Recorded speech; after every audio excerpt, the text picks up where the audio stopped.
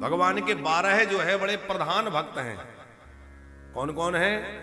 स्वयंभुर नारद शंभो, कुमारा कपिलो मनु, प्रहलादो जनको भीष्मो, वलिर्वैयासक वयम्। स्वयंभू माने ब्रह्मा जी।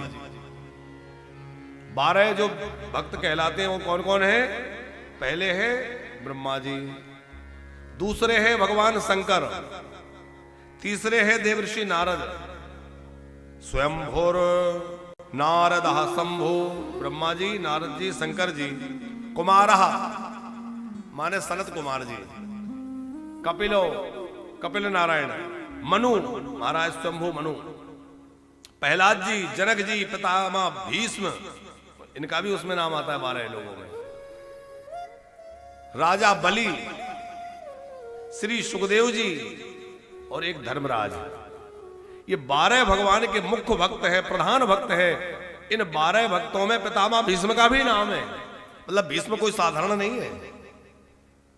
महाभारत के युद्ध के समय पूरा दिन तो महाभारत का युद्ध करते हैं पितामह भीष्म, और रात्रि के समय पूरी रात्रि भजन करते हैं, क्योंकि दिन में तो युद्ध में अवसर नहीं मिलता, तो रात में भजन करते हैं। पितामह भीष्म ने अपने महाप्रयाण की तैयारी की। माघ का महीना, शुक्ल पक्ष, एकादशी तिथि, और हाथ जोड़कर प्रभु से कहा, भगवान मेरी एक बेटी है, मैं चाहता हूं वो आपको ब्याह दो। सब लोग अवाक रह गए, भाई इनकी बेटी, आज तक तो किसी को पता नहीं। बोले मेरी बेटी कौन है? मेरी बुद्धि, मेरी मति। मैं अपनी बुद्धि रूपी बेटी आपको समर्पित करना चाहता हूं, क्योंकि आज तक मैंने अपनी बुद्धि कहीं संसार में लगाई नहीं।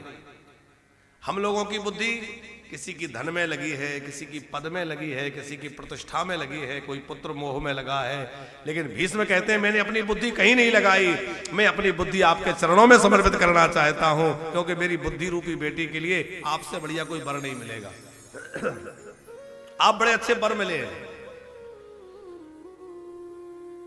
पितामह भीष्म अपनी स्तुति में कह रहे हैं, इतिमति रूपे कल्पिता वितृष्णा भगवती सात्वत पुंगवे विभुम्नि सुसुखमुपगत क्वचिद्वार तुम प्रकृति मुपेयुषि यदा भाव प्रवाह। भगवान ने कहा कि भाई अपनी बेटी हमें क्यों देना चाहते हैं, बुद्धि हमें क्यों समर्पित करना चाहते हैं? बोले आपसे बढ़िया कोई नहीं होगा, मुझ में क्या अच्छाई है? बोले देखो बेटी वर्ण करती है रूप को, कन्या वर्ण कन्या किसका वर्ण करती है? बोले बढ़िया रूप दिखे, तो आपसे बढ़िया रूप कोई नहीं हो सकता।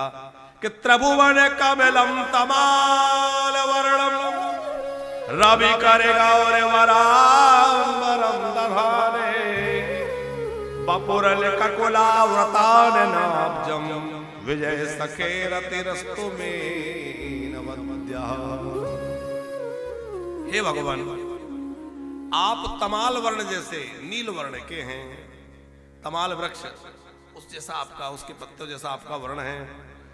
त्रिभुवन कमलम, त्रिभुवन में आपसे ज्यादा सुंदर कोई नहीं है, मेरी बेटी के लिए आपसे अच्छा वर कौन मिलेगा? हे अर्जुन के सखा, आप मेरी बेटी को, मेरी बुद्धि को स्वीकार कीजिए। सपदि सखी वचो निसम्य मध्य निज परे और वलयो रथम निवेश स्थितवती पर सैनिकाक्षुरण्या दवती पार्थ सखेरतिर्ममास्तु। भीष्म पितामह कह रहे हैं मुझे वो क्षण याद आता है कि आप जगत के मालिक होकर के अर्जुन के सारथी बन गए। अर्जुन आपको स्वामी बन के आदेश दे रहा है और आप सेवक की भांति सिर झुका के उसको स्वीकार कर रहे हैं। अर्जुन ने कहा कि दोनों सेनाओं के मध्य में मेरा रथ ले चलिए, तो आपने अर्जुन का रथ आगे बढ़ाया और दोनों सेनाओं के बीच में ले जाके खड़ा कर दिया। अब अर्जुन तो देख रहा था कि मुझे किस किस से युद्ध करना है, और अपनी सेना को भी देख रहा था कि मेरे लिए युद्ध करने के लिए कितने लोग आए हैं जो मेरी ओर से युद्ध करेंगे। तो अर्जुन तो देख रहा था, पर आप भी देख रहे थे। क्या देख रहे थे आप? तो बोले आप ये देख रहे थे कि पांडवों की ओर दृष्टि डाल के उनकी आयु आपने बढ़ा दी और कौरवों पर दृष्टि डाल के उनकी आयु छीन ली। अच्छा, भगवान की ज्योति, भगवान के जो नेत्र हैं, नेत्र ज्योति है, अद्भुत है। किसी पे दृष्टि डाल के उसकी आयु बल बढ़ा देते हैं और किसी पे दृष्टि डाल के उसकी आयु को, उसके बल को हरण कर लेते हैं। तो पितामह भीष्म कहते हैं, मैं उस रहस्य को जानता हूं। आपने कौरवों की ओर देखा तो उनकी आयु का आपने हरण कर लिया। स्थितवती परसैनिका क्षुरण्या हृतवती पार्थ सखे रतरममास्तु। फिर महाराज का भीष्म पितामह ने ध्यान किया और श्री कृष्ण का स्मरण करते करते पितामह भीष्म अब महाप्रयाण की तैयारी कर रहे हैं। कृष्ण कृष्ण नाम लेते हुए पितामह भीष्म ने अपने कलेवर का त्याग कर दिया। सब शांत हो गए, सबने पितामह भीष्म की जय जयकार की है। बोले पितामह भीष्म की जय। पितामह भीष्म की एक ही इच्छा थी कि मरते समय प्रभु का दर्शन करके प्राण निकले।